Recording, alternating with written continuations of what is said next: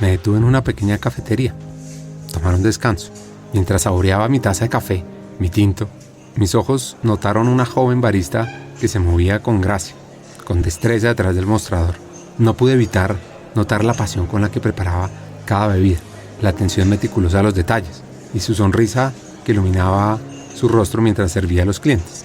Intrigado por su habilidad y carisma, decidí conversar con ella y a medida que hablábamos descubrí que esta joven tenía un talento innato para conectar con las personas, para escucharlas y comprender sus necesidades.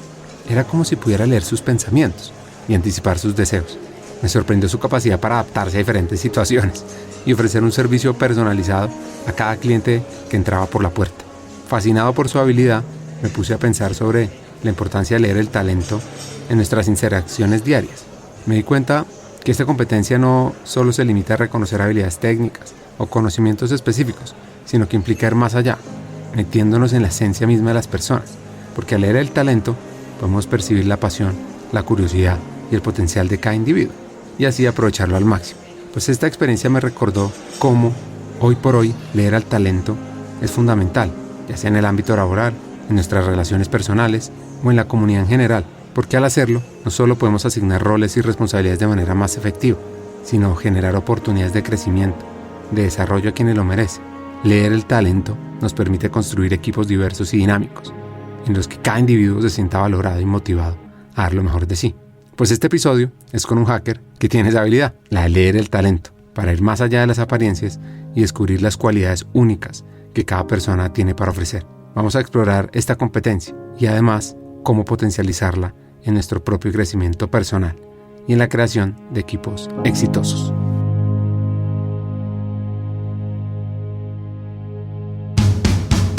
Bienvenidos a Hackers del Talento, el podcast que busca cambiar el juego por lo humano.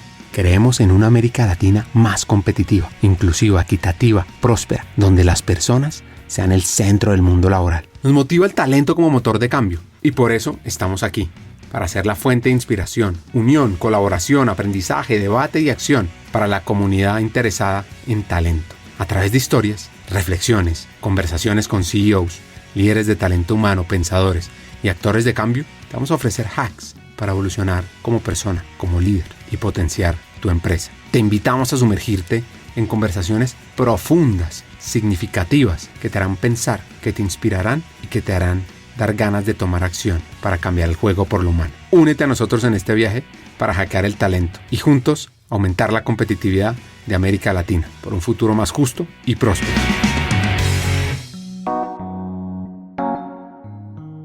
Su familia le enseñó el valor de la educación, del esfuerzo y sobre todo del humano, donde además su padre, su hermana, también se enfocaron en talento humano.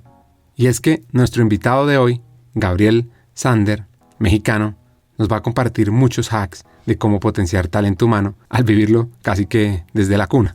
Gracias. Y me gusta la pregunta porque nunca damos esos detalles. Mira, yo vengo de una familia que ha sido muy estable. Mis papás ya no están hoy con nosotros, pero yo te diría que crecí en una familia de clase media, en el buen sentido. Digamos que si hubo algún tipo de problema, sobre todo financiero, muy probablemente mis papás hicieron todos para aislarnos de ellos, pero yo te diría que fue una familia que tuvo como principio el educar, ¿no? La verdad es que también de una manera multicultural, asegurar que fuéramos bilingües, pero yo te diría que fue una infancia muy normal. Y también, si quieres tú, en una época donde crecer y estar en la calle jugando también era común. Entonces yo te diría que iba muy curioso. Yo iba a una escuela activa. Yo no iba al modelo educativo tradicional en la primaria. Era una escuela de metodología Freinet, donde se escribía mucho, se hacía mucho texto libre, se hacían obras de teatro, muchas cosas creativas que creo que sí me fueron formando. Y bueno, ya después pasé al sistema tradicional, pero ya en una, digamos, educación donde la creatividad, donde el hablar en público, donde ese tipo de cosas te iban dando más fácilmente. Y bueno, mi papá y mi mamá, los dos trabajaban. Mi papá fue una persona que estuvo en recursos humanos toda su vida, de los precursores, diría yo, de los recursos humanos en México. Incluso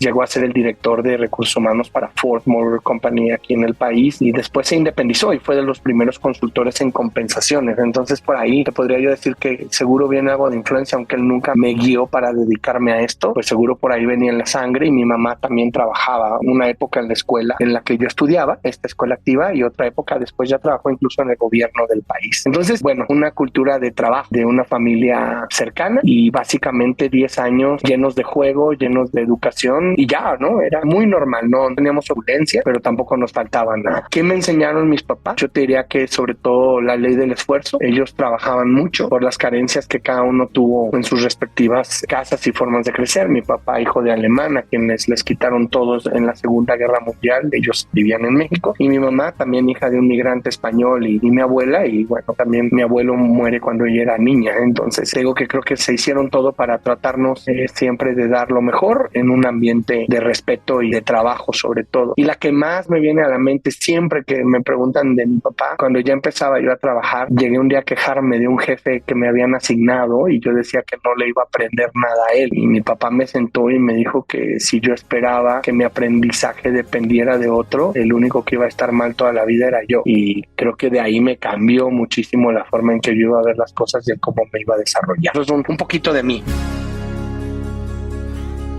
¿Cómo fue ese impacto de su padre en él, en una carrera por lo humano? Mira, era muy interesante porque sobre todo cuando empiezas a crecer, lo triste es que no te das cuenta de todo eso hasta quizás ya te empiezas a forjar en esto, ¿no? Pero yo no dimensionaba lo que mi papá estaba sembrando en lo que a la función se refiere, porque mucha gente que incluso hoy todavía está en altas posiciones de recursos humanos trabajaron con él. Y te digo que, ojo, no me tiro al piso, no es que lo haya yo visto tarde, porque a mis 20 y tantos años ya empezaba yo a trabajar aquí, lo empiezas a ver, pero se volvió yo creo que una época muy linda, por lo menos para mí, porque tenía a alguien increíble rebotar puntos de vista, ¿no? O él cómo le hacía. Entonces me pasaba varios tips que él usó en su carrera y que a mí me sirvieron muy bien, ¿no? Desde cómo obtener información, cómo había que caminar a la organización y estar presente y lo que eso entonces te generaba. Entonces yo te diría que era muy rico porque podía yo siempre traer temas a la mesa, incluso a veces resueltos, y ahora sí que hacer el postmortem con él. A veces mi mamá se involucraba, pero yo te diría que se daba más naturalmente con mi papá. Y bueno, eso hasta que faltó fue, ¿no? Entonces te diría yo que fue algo muy lindo.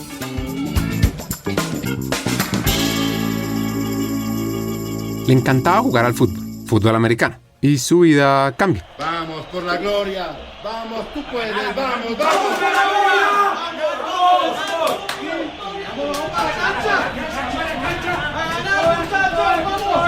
Para darte una idea, yo crecí en una zona del norte de la Ciudad de México, que se llamaba Las Arboledas, que te digo era una zona en esa época de clase media normal. Y a los 15 años, Ricardo, a mi papá lo mandan o nos mandan pues a vivir a Estados Unidos porque él vende su consultoría y lo mueven a Estados Unidos cerca de Chicago. Y ahí yo termino haciendo la preparatoria por allá. Y digamos que eso empieza a marcar mi adaptabilidad cultural y digamos que mi internacionalización que acá arranca con la familia. Estuvimos 2 años y medio en Estados Unidos. Y era una edad difícil, ¿no? Porque yo no quería dejar a mis amigos, entonces ni siquiera consideré hacer la universidad en Estados Unidos. Yo estaba machado, me regresé al TEC de Monterrey a estudiar la carrera. Psicología organizacional es lo que estudié. Y bueno, le atiné porque a fin de cuentas era una administración de recursos humanos con buenos conocimientos de psicología grupal e individual, pero realmente era una carrera de recursos humanos y eso fue lo que me marcó, ¿no?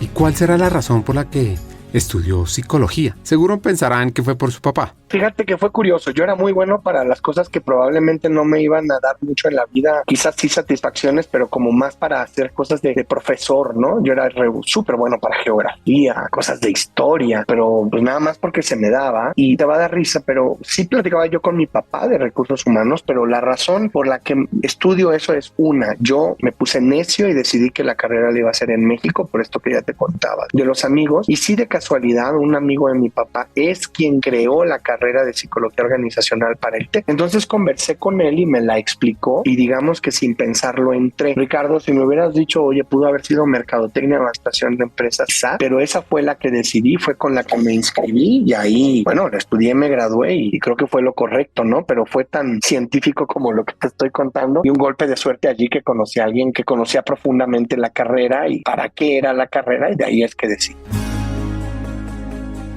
En la carrera eran 14 estudiantes, 11 mujeres, 3 hombres, y además se enfocó en temas de conexión con los alumnos. Su sueño, eso sí, era tener un puesto de CHRO.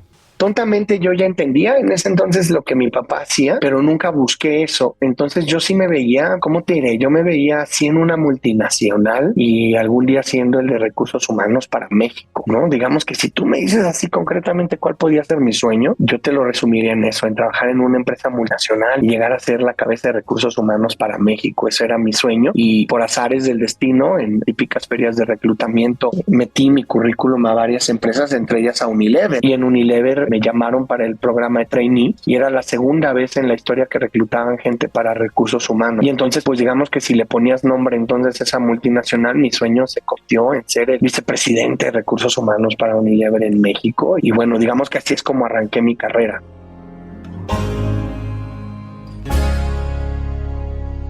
Esto me recuerda a Laszlo Block sobre la importancia de adoptar un enfoque de contratación basado en habilidades y competencias, algo que están practicando en Google y ojalá en más compañías. Porque es que, más allá de los títulos académicos o la experiencia pasada, es esencial evaluar las capacidades y el potencial de los candidatos. Al enfocarnos en las habilidades necesarias para el éxito en el puesto de trabajo, podemos descubrir talentos ocultos y promover la diversidad. Eso sí, esto implica tener unas entrevistas estructuradas basadas en evidencia, analizando logros, desempeño y resultados en varias pruebas. Porque al adoptar este enfoque, no solo estamos ampliando nuestras posibilidades de encontrar los mejores candidatos, estamos brindando igualdad de oportunidades a aquellos que pueden no haber seguido trayectorias convencionales. Así que la contratación basada en habilidades nos permite tener equipos diversos, competentes, innovadores y poder crecer como organización.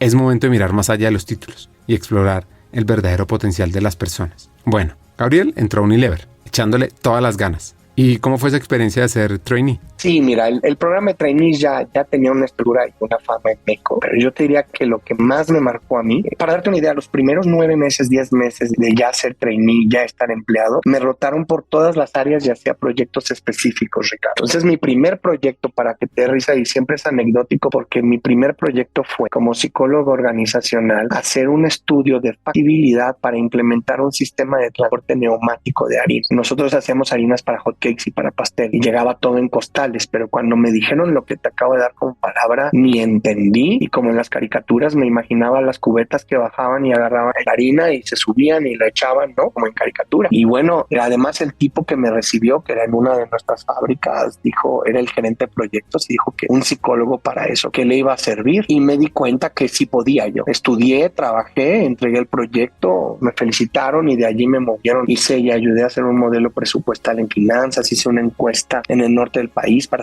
ver si sacábamos unas tortillas de harina. Entonces, lo que eso marcó en mis primeros 10 meses de trabajo, Ricardo, es que me di cuenta que para ser bueno tenías que entender al negocio completito. Y eso me marcó no solo en cómo me desarrollé yo, sino cómo intento desarrollar a la gente que colabora conmigo. Lo que más recuerdo es que acabando estos 10 meses me asignan una fábrica en Querétaro y tenía yo que tomar la parte administrativa de recursos humanos, y me dijeron que cuando yo estuviera listo, la persona que estaba allí iba a tener que salir por un tema de desempeño. Era ya prueba, ¿no? Yo creo que para ver si yo iba a tener las habilidades gerenciales que buscaban, porque el programa era de alto recompensa y alto riesgo, ¿no? Porque si en 3 años estabas listo te hacían gerente, pero si no, te ibas. Entonces, después de 2 meses decidí que estaba listo y sacamos a esta persona, pero mi mayor sorpresa, Ricardo, fue que a los 2 meses que salió esta persona me informan que la planta se iba a cerrar y se iba a traer todo de la ciudad de Querétaro a la Ciudad de México. Y a mí me toca hacer todo el plan del cierre de la fábrica, y pues obviamente de una forma confidencial para evitar sabotajes y todo, prepararlo, y meses después se llevó a cabo de una manera impecable, ¿no? Entonces a mis 24 años de edad ya había yo hecho mi primer cierre de fábrica, claro,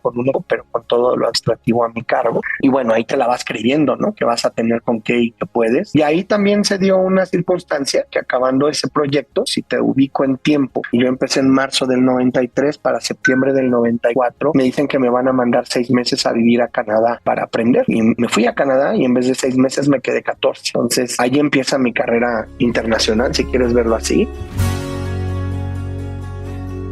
Y da un salto de carrera. estaba Unilever Canadá tal cual, y el vicepresidente de Recursos Humanos de Canadá estuvo de acuerdo en ayudarle a un chico a crecer, ¿no? Y me mandaron, obviamente apoyado por la vicepresidencia de Recursos Humanos de México, pero incluso se fueron los de Recursos Humanos de México mientras yo estaba allá y llegó alguien nuevo. Tuve la suerte que quien llegó nuevo también me recibió de brazos abiertos y ahí empezó mi carrera realmente. Pero pues sí, me fui 6 meses, me quedé 14 en un país que no conocía y donde, bueno, salió todo como se esperaba. Entonces de mis 3 años estos de trainee, año y fracción, fueron fuera de México. Y bueno, ahí me tocó ya empezar a interactuar con gente en Londres, con gente en Nueva York, y te digo que tuve mucha suerte, ¿no? Porque en 3 años ya estaba yo viendo todo eso y aunque no sabía nada y no era responsable de nada, tenía yo un exposure tremendo y también pues creo que aproveché las oportunidades y se entregaron cosas que fueron gustando y entonces después de 3 años mi graduación, digamos, en el programa de trainee fue que me convierto ya en gerente de beneficio para todo Unilever de México en el área de compensaciones. Me ríete un poco, pero era lo que hacía mi papá, ¿no? Sin tener nada que ver. Ahí la vida me seguía llevando un poquito por ahí. Entonces así es como me hacen gerente después de 3 años de haber sido trainee.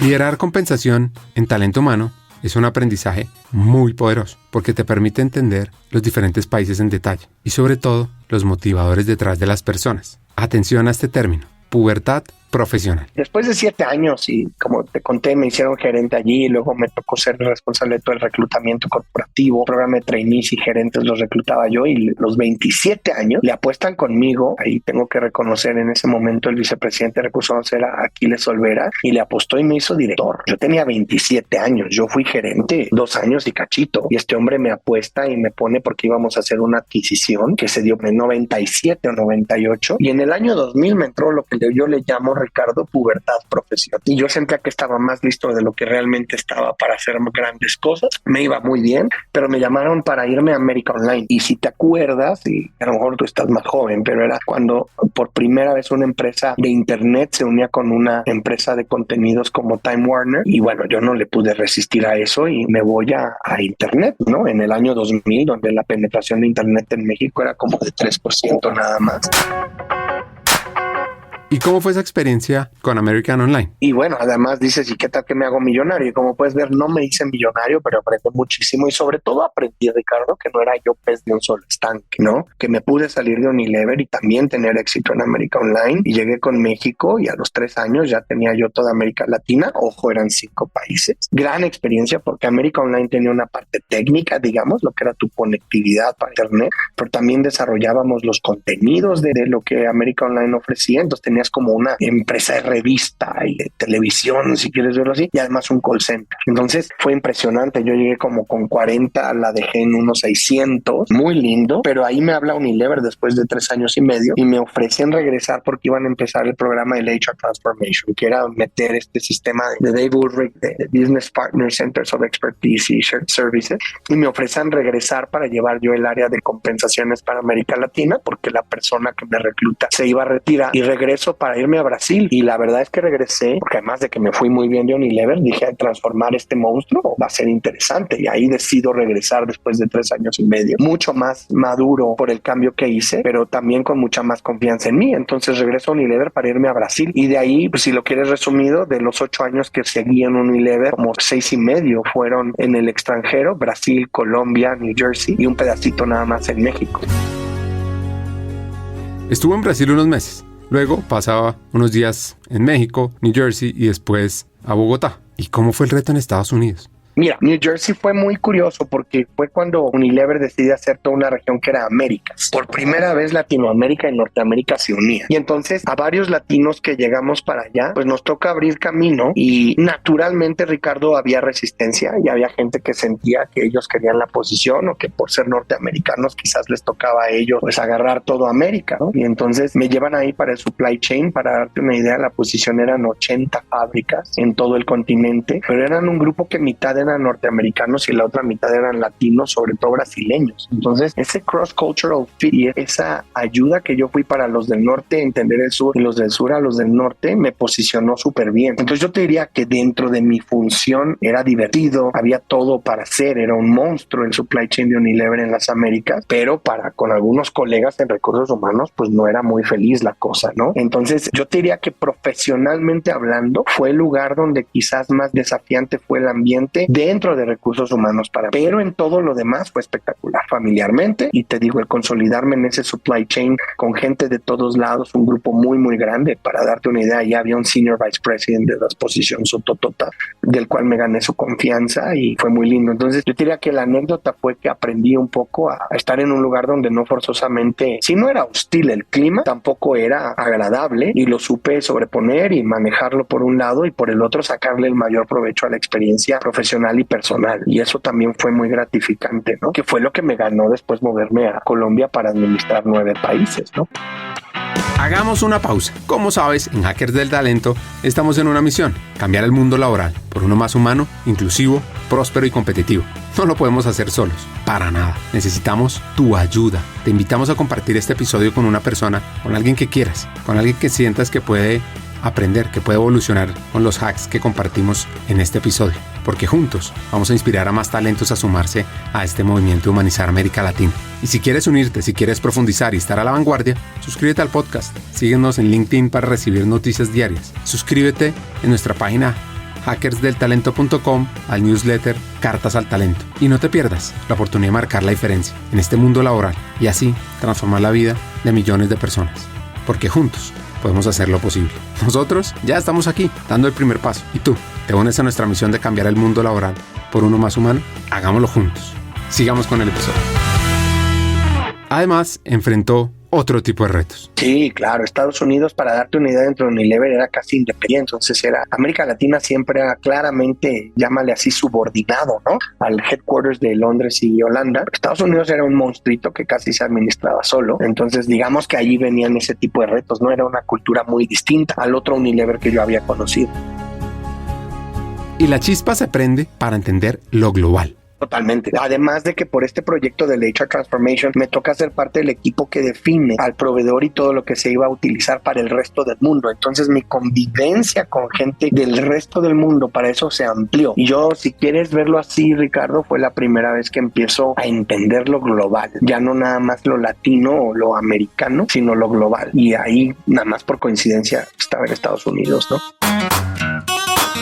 Decide regresar a México para estar con su familia y se dio cuenta de algo importante. Mira, ¿sabes qué me di cuenta? Yo creo que ahí fue donde aprendí que las decisiones, o sea, tú trabajas en Unilever o en cualquier organización, pero a fin de cuentas siempre hay un ser humano que lo representa, y ese ser humano puede tomar la decisión de apoyarte y de hacer todo, como Aquiles cuando me hizo director, quizás sin yo tener la experiencia y sin merecérmelo completamente, o gente que decide no hacer nada, Ricardo. Y lo que aprendí es que Unilever era mucho más que un individuo, pero que también yo tenía que aprender a tener el balón de mi lado del campo siempre, y que si los individuos que en ese momento administraban mi carrera en Unilever no se iban a mover, una, mi cariño por la empresa no iba a cambiar, pero dos, yo no iba a estar esperado y cruzando de brazos. De ahí esto que te contaba de papá cuando me dijo que si mi aprendizaje iba a depender de otros, pues el tonto era yo, y lo mismo vi que era para el resto de decisiones de mi vida, ¿no? Son mis decisiones y yo no puedo esperar a que otros lo hagan. Y entonces empecé a moverme porque no veía que Unilever fuera a tener el movimiento. Circunstancialmente después hay congelamiento de posiciones en Unilever por otros movimientos que se dieron que no tenían nada que ver conmigo. Y pues entonces cuando me llega la oportunidad que te empezaba a contar, pues simplemente le di la vuelta a la página y vi para frente, ¿no? Y yo sigo hoy comprando productos de Unilever y mis cimientos son de Unilever y adoro a la compañía, pero era mi momento y nunca le reproché porque no fue Unilever quien decidió. Fueron individuos que hicieron o no hicieron por mí y bueno, pues cada quien sigue su historia y yo empecé a hacer la mía ya en otro lado. Así te lo diría, no fue frustración, pero ratificó que el que es dueño de su carrera soy yo, no la compañía, no nadie más, y gracias a eso pude encontrar el trabajo y todo y moverme como era mi plan, ¿no? Saquen su libreta, anoten ese hack tan simple y poderoso que a veces se nos olvida. El dueño de la carrera eres tú. Bueno, ¿y cómo es manejar talento humano en una empresa de educación? Porque, sabes, la educación me enseñó dos cosas. Yo tenía, digamos, que hacer dos recursos humanos. Recursos humanos para el back office, donde buscabas eficientar, porque a fin de cuentas era una empresa con fin de lucro. Y por otro lado, respetar y entender que en el campus es donde educas y que hay una filosofía en todo lo que tiene que ver con lo académico que no es tan empresarial como en el otro lado. Y yo te diría que entender eso me tomó unos meses y fue de nuevo caminando a la organización y metiéndome a las operaciones para entonces poder conocer y llegar a estas conclusiones que te estoy dando, ¿no? Recursos humanos, Ricardo, llega un punto en que recursos humanos es recursos humanos. No hay que hacernos bolas, ¿no? Pero entender a tu negocio otra vez y qué es lo que lo mueve te permite entonces adaptar tu forma de hacer recursos humanos a lo que le va a ser relevante a tu organización. Y yo creo que ya tenía yo la capacidad de entenderlo, de verlo y de empezar a buscar lo mejor de dos mundos, ¿no? ¿Qué me trae esto que hay aquí que hay que rescatar? Y dos, ¿qué puedo traer yo y ponerlo a la mesa? Y traes que, bueno, empezamos con México, terminamos con la posición global de todas las operaciones para L'Oréal, donde había campus, y yo era el red de recursos humanos para el Chief Operating Officer, ¿no? Entonces creo que funcionó. Y el approach era ese: entiende al negocio, entiende sus necesidades y entonces trae lo mejor de lo que conozca para ponerlo a disposición de ese negocio. Y esa es la fórmula, Ricardo, y nunca me desvío de ella y ha funcionado hasta ahora. Y bueno, pauso ahí para dejarte preguntarme, pero yo te diría eso.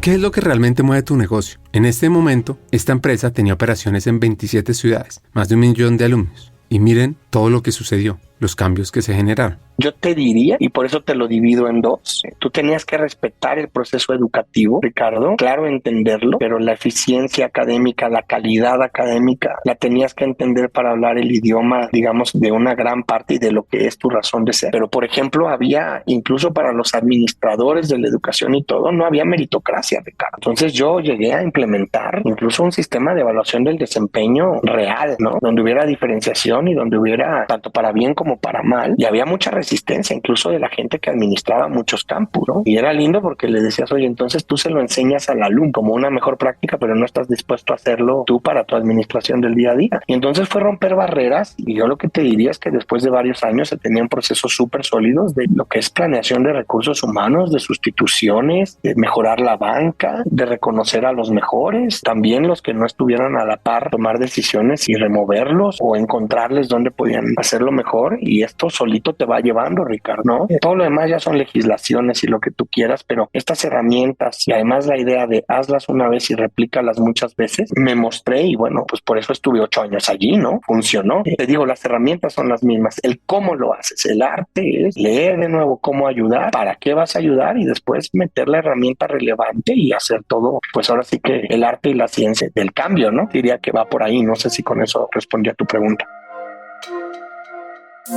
Entonces sucedió algo. Para serte bien franco, cuando empiezan a vender, me doy cuenta que iban a vender más rápido de lo esperado y que obviamente mi posición naturalmente iba a salir sobrando. Y por azares del destino me hablan de Jay. Y de nuevo decido irme a una empresa completamente distinta, que es Contract Manufacturing o Maquila, que dicen en México, y me llamó muchísimo la atención. Primero porque por ahí pasa todo lo que un día va a tocarnos en términos de tecnología. Pasa por este tipo de organización. Y dos, cambiar la industria creí que me hacía más robusto. Pues ahora sí que para el día que nadie me quiere emplear, poder tener un portafolio de experiencias más amplio y más vendible si te quieres hacer consultor o algo por allí, ¿no? Y eso me motivó a que cuando llega esto de Jabil, una empresa que crecía, que quiere hacer las cosas bien y que las hace muy bien, pues no la pensé y me moví, Ricardo. Fue así, claro, con mucho análisis conmigo, con mi esposa, etcétera, pero de eso es que le entré, me podía sumar muchísimo y así fue, ¿no? Gabriel fue enriqueciendo su kit de herramientas de liderazgo en otra área. Cuando estás en Contract Manufacturing, la parte de la innovación y todo a veces llega por el cliente y a veces también se une un poquito a tus áreas de ingeniería, digamos que los que van a ayudar a que llegue tu producto. Más que aprenderte de innovación, Ricardo, aprendí de ejecución, porque Jabil era una empresa donde una vez que se comprometía con un cliente, la ejecución era sin descanso hasta lograr el resultado. Recluta, entrena, pon la línea, adapta, prueba, lanza y empieza a entregar el producto en tiempo y forma a tu cliente. Puede el producto ser solo una pieza o el ensamblado completo, ¿no? Y esa capacidad de ejecución, Ricardo, tanto para cuando estás creciendo como también me tocó, pues una línea se iba a cerrar y tienes que salir, y si no tienes vacantes en otras áreas, también dispensar a la gente. Más aprendí que en volúmenes ridículamente grandes puedes hacer cosas también dignas y forward looking, ¿no? Entonces teníamos en Jabil, y no por mí, ya existía, pero en Jabil tienes líneas en las cuales tienes a gente siliente trabajando, y entonces entonces enseñabas a gente a poder hablar con señas para poderse identificar. Y entonces todos estos temas de inclusión, de calidad de vida, todo lo que es el D&I se vivía de la misma forma y con la misma intensidad en nuestras fábricas. Y además en pandemia, ¿no? Donde la responsabilidad hacia esas vidas, hacia esa gente, para que pudiéramos mantener las fuentes de empleo y además la producción, porque mucho no paró, y hacerlo bien y dignamente. Bueno, como todos los que vivimos la pandemia, pero yo te diría que la intensidad aquí fue extremadamente distinta y conocí gente maravillosa, pero más que de innovación, yo te diría que mi mayor aprendizaje fue de lo que es el poder de la gran ejecución, Ricardo.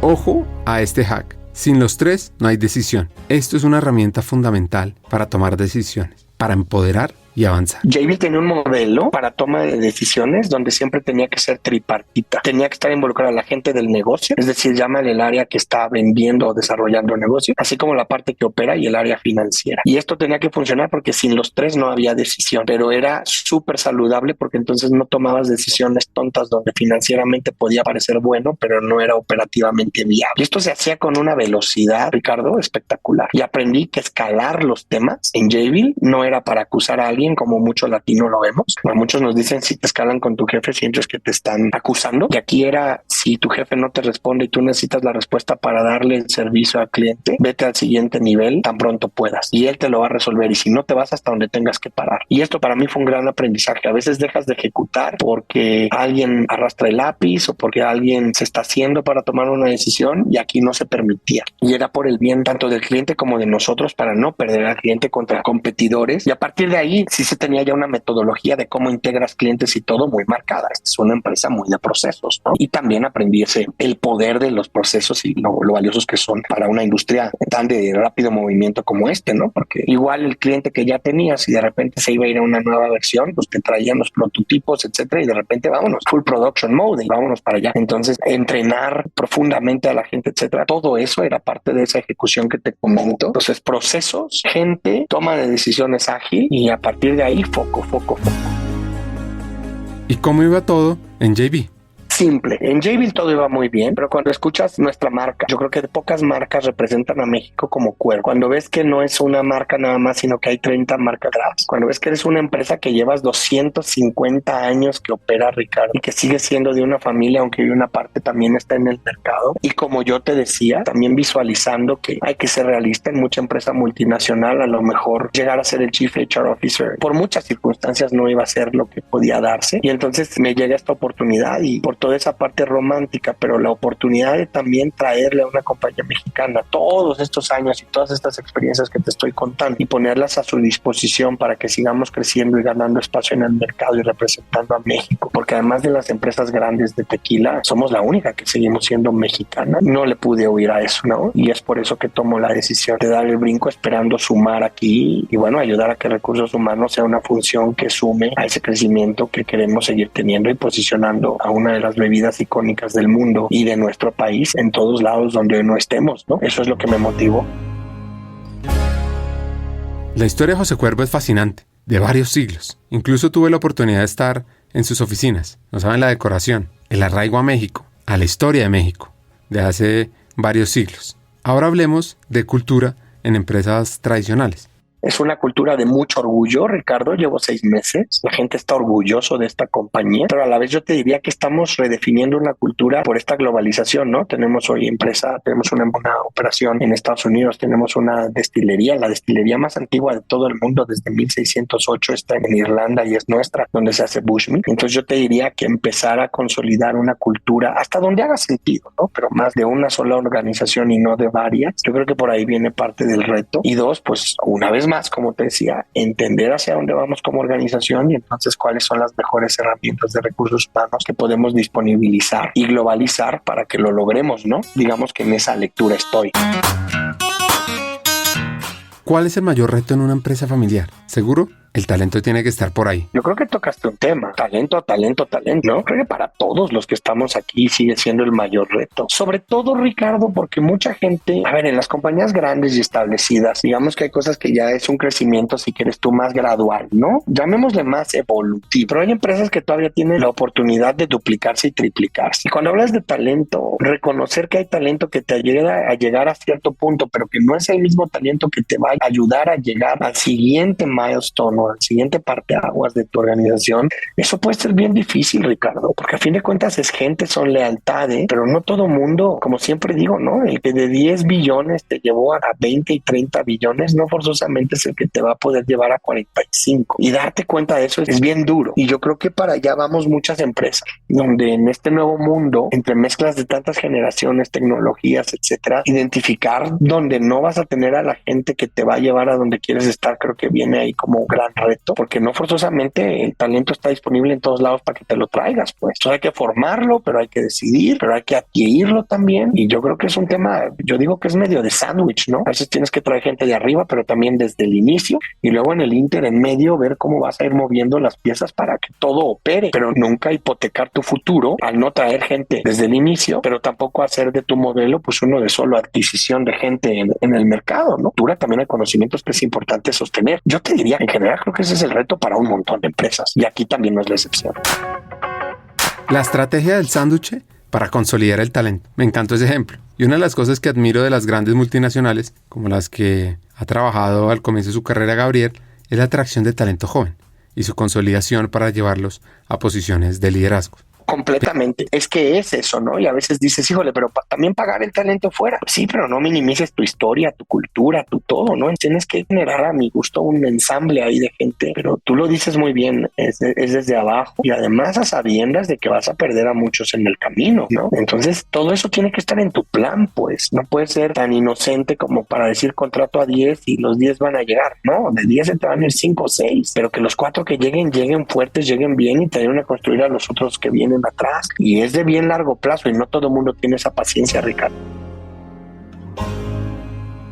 A Gabriel le encanta leer el talento y a partir de ahí llevarlos en su camino de desarrollo acelerado. El otro día me tocó, por suerte, escuchar a Tony Nadal, el entrenador de Rafa por muchos años, y él decía que él veía el tenis hoy con toda la data y todo, que sí creo en la data, por favor, creas que no, pero él decía que a Rafa le decía que una, le pegara muy fuerte a la bola, 2, que si podía caer dentro de los cuadritos mejor todavía, porque si no, no servía de nada pegarla fuerte, y 3, que siempre jugara el último punto al máximo. Y yo creo que el talento a veces lo queremos complicar de más, Ricardo. Nosotros tenemos que asegurarnos de tener a la mejor gente en la mejor caja posible para su desarrollo y su desempeño. Lo que viene como arte en todo esto es asegurar de conocerles para poder ayudarles a sumar lo que les va a seguir contribuyendo para su crecimiento. Y entonces hacer apuestas. Yo soy un creyente de perder porque aposté contra perder porque no hice nada y se me fue la gente y la frustré. Me encanta crecer gente de dentro. Entonces yo te diría que eso sigue siendo súper complejo, pero si te fijas no es sofisticado, ¿me explico? Que puedes tener nuevas herramientas de evaluación o de cómo ver el potencial, etcétera, etcétera. Sí, y hay que usarlas porque sí te hacen mejor. Pero hay una parte que es básica y que es cómo está hoy, qué creemos que es lo que más le suma para mañana llegar a donde tiene que estar y actuar en él. Perdón, pero lo quiero ver así de simple porque si no, sobrecomplicas algo que a fin de cuentas al momento de tomar una decisión es le apuesto o no le apuesto para poder y para llevarnos a donde tenemos que ir. Y bueno, si te puedes apoyar herramientas como el Hogan o la que se te ocurra usar y hay cada vez más nuevas, bien, pero la decisión al final es una apuesta y yo no quiero dejar de verlo así de simple y sencillo, Ricardo, porque esto es así, no creo que sea ya, no cambia el fondo, pues, no sé si me explico. ¿Quieres potenciar a tu equipo, a ti, evolucionar hacia un nivel de desarrollo fuera de serie? Excelente, te tengo noticias. Hemos diseñado un programa de formación pionero en la región, con el propósito de equiparte con las habilidades, conocimientos y herramientas esenciales de talento humano para evolucionar en tu rol de liderazgo. Te quiero presentar nuestro nuevo programa de formación, Talento Humano para Todos. Programa online en vivo, único en su tipo, creado para líderes de todas las áreas de las compañías de América Latina, aquellas personas dispuestas a romper moldes y potenciar su liderazgo humano. Ahora, seguro te preguntarás, ¿por qué Talento Humano para Todos es la elección perfecta para mí? Pues mira, vienen 4 razones. 1. Aprenderás de la mano de los hackers del talento, destacados vicepresidentes de talento humano que están liderando la transformación en sus organizaciones en América Latina. quienes te compartirán las mejores herramientas para potenciarte a ti, a tu equipo y a tu compañía. 2. Te integrarás a una comunidad de estudiantes, de líderes visionarios, personas que como tú están decididas a marcar diferencias significativas en sus equipos, usando las mejores prácticas y herramientas de talento humano, porque es que talento humano no es un área, talento humano es de todos. 3. Nuestro contenido te va a dar una ventaja competitiva. Vas a aprender temas como la importancia estratégica de talento humano, cómo atraer y desarrollar el mejor talento, cómo crear modelos de compensación atractivos, sobre el poder de la cultura organizacional, change management, aspectos legales del mundo laboral, los desafíos del futuro del trabajo, la experiencia del empleado, el liderazgo transformador y también cómo gestionar la diversidad, la equidad y la inclusión. Y 4, por cierto, vivirás un aprendizaje interactivo, dinámico, con sesiones además de coaching entre pares, debates, desafíos y además podrás profundizar en tu aprendizaje al tener acceso a miles de contenidos asincrónicos para aprender a tu propio ritmo. Así que, ¿estás listo? ¿Estás lista para hacer esa chispa que impulse el cambio en ti, en tu equipo, en el mundo laboral de América Latina? Únete a Talento Humano para Todos. Comienza tu viaje hacia el liderazgo transformador. Es muy fácil. Regístrate ya en www.hackersdeltalento.com. Buscas Talento Humano para Todos. Te inscribes y arrancas a aprender. Eso sí, solo te digo, los cupos son limitados. Así que no esperes más. Tu equipo y América Latina te necesitan ahora más que nunca. Porque talento humano no es la responsabilidad de un área, es de toda una compañía. Y tú como líder vas a aprender cómo potenciarlo. Sigamos con el episodio. ¿Y dónde se vuelve la data bien poderosa? Cuando te sientas con el CEO, con el financiero, y le dices que si quieres crecer 3 veces, necesitas invertir en estas personas, en estas posiciones, cuanto antes. Ahí sí tienes que medir, Ricardo. Ahí sí tienes que medir, oye, para tales posiciones, ¿cuánta gente tengo que pueden estar listos ahora o que pueden estar listos en qué tiempo? ¿Qué voy a hacer para llevarlos? O sea, ahí sí es donde la data se vuelve bien rica, ¿no? Yo creo que para hacer pipeline lo que necesitas es consistencia, es decir, hacer los ejercicios de forma continua. Necesitas una calibración para que haya un entendimiento claro y 2, necesitas que la gente clave conozca también a todo este talento y sepan de él para que las decisiones aunadas a las herramientas que hablábamos hace un ratito, etcétera, pero que cuando 5 o 6 personas están dispuestas a apostarle a un individuo es más difícil que te equivoques. Por eso creo que es un tema de conocimiento de tu gente y sí de datos para ver en qué áreas estoy más flaco, en dónde tengo que mover más gente o contratar más gente, y ahí es donde la data se vuelve bien importante para que en las áreas principales donde debes siempre tengas ese talento encaminándose a estar listo para el siguiente reto. Y ahí es simple, estadística, no sé cuánta gente debes de tener lista ahora para cuántas posiciones, etcétera, etcétera. Yo creo que eso sigue funcionando. Eso lo hacía, la verdad, lo hacía muy bien Unilever y se me quedó muy grabado. Y ahí sí es data.